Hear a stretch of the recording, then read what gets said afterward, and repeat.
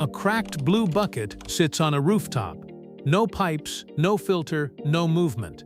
The water inside looks dead, the kind of water you'd never touch, and yet in less than 48 hours, it will completely change. Not because someone cleaned it, but because something inside it is multiplying. At first, you miss it. Almost everyone does. It starts as a few scattered green dots. Random, passive, easy to ignore. The kind of thing you'd assume is dirt, or algae, or contamination, so you remove it. You throw it away. You forget it existed. That's exactly how this system survives, by being dismissed. Because those dots aren't dirt, they're duckweed, and duckweed doesn't behave like a normal plant. It doesn't grow upward, it doesn't fight for sunlight, it doesn't wait for seasons. It copies itself. 1 becomes 2, 2 become 4. 4 becomes a surface, and then everything changes. The water disappears, not physically, but functionally. The entire surface seals into a continuous green layer. Light stops reaching below, temperature stabilizes, evaporation slows, competing organisms lose access to nutrients. The bucket is no longer just water. It's a controlled environment, a production surface, and inside that surface, something expensive is being created. Omega-3, the same category of fats people buy in capsules, the same compounds pulled from deep ocean fish, the same thing marketed as essential for brain and heart health. But here's the part almost no one realizes. Fish don't actually create omega-3. They accumulate it. They eat smaller organisms that already contain it. And those organisms got it from even simpler systems, which means the original source was never the fish. It was systems like this, small, floating, sunlight-driven, so that bucket on a rooftop isn't a shortcut. It's closer to the beginning of the chain than the ocean itself, and starting it takes less than 5 minutes. Fill a container with water. Add a small amount of duckweed. Place it in light. That's it. No soil, no seeds. No waiting weeks for growth. You've just activated a loop. But nothing dramatic happens immediately. Day 1, almost nothing. Day 2, a subtle spread. Then suddenly, it accelerates. Coverage jumps, gaps disappear, edges connect, and once the surface closes, it doesn't open again. Because duckweed doesn't compete.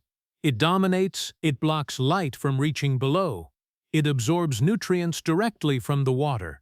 It creates conditions that only it can survive in. Everything else gets pushed out. This is not gardening. It's a takeover. And once that takeover is complete, the rules change. Now the system is stable, self-regulating, and self-repairing. Remove half of it. It grows back. Remove almost all of it. It still recovers, leave just a few fragments, and it rebuilds the entire surface. That's where the idea of unlimited comes from. Not because it never ends, but because it regenerates. And this is where things start to break normal logic. In traditional farming, growth is linear. More food requires more land, more time, more labor. Expansion is slow, predictable, limited. Duckweed doesn't follow those rules. Because you don't expand by adding land, you expand by copying the system. Take half the surface and move it into another container. Now you have 2, then 4, then 8, not over months, over days. This is exponential growth in physical form, and suddenly, that single bucket is no longer one system. It's a network. Small containers, large containers, indoor setups, outdoor setups, anywhere there is shallow water and light, the system can exist. That's when something fundamental shifts. Food is no longer tied to land. And that's a problem for how we think about agriculture, because land has always been the bottleneck. Control the land, and you control production. But duckweed doesn't need land. It needs surface, and surface is easy to create. That's why this system is so powerful. But it's also why it's so easy to get wrong, because this is not a passive system. It reacts to everything. Change the water, it changes. Add nutrients, it accelerates.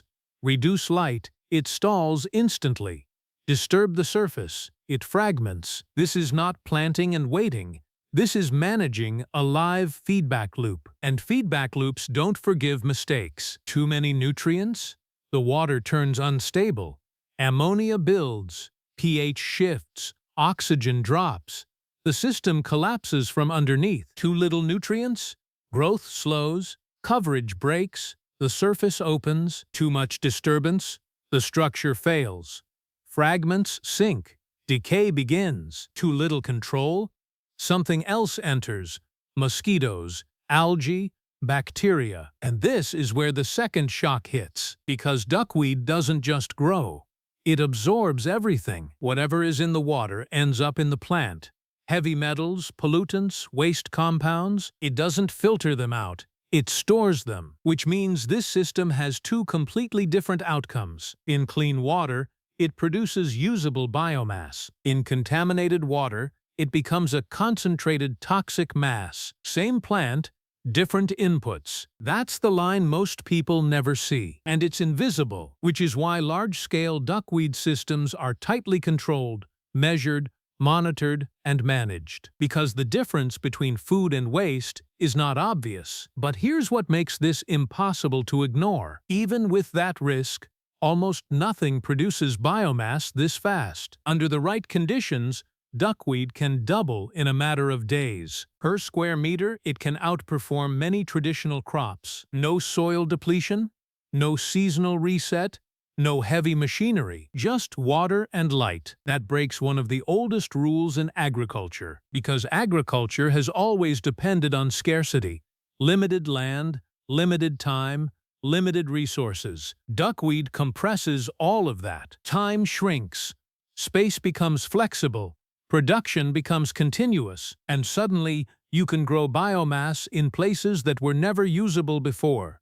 Rooftops, warehouses, backyards, unused containers, spaces where traditional farming fails completely. This is where the hidden system becomes visible, because duckweed is already being used at scale, not as food, but as a tool. In wastewater treatment systems, duckweed is grown intentionally, not for harvesting nutrients, but for removing them. It absorbs nitrogen, phosphorus, organic waste.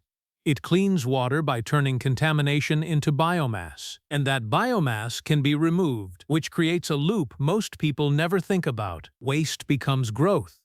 Growth becomes mass. Mass gets harvested, and the system resets. That's not just efficient.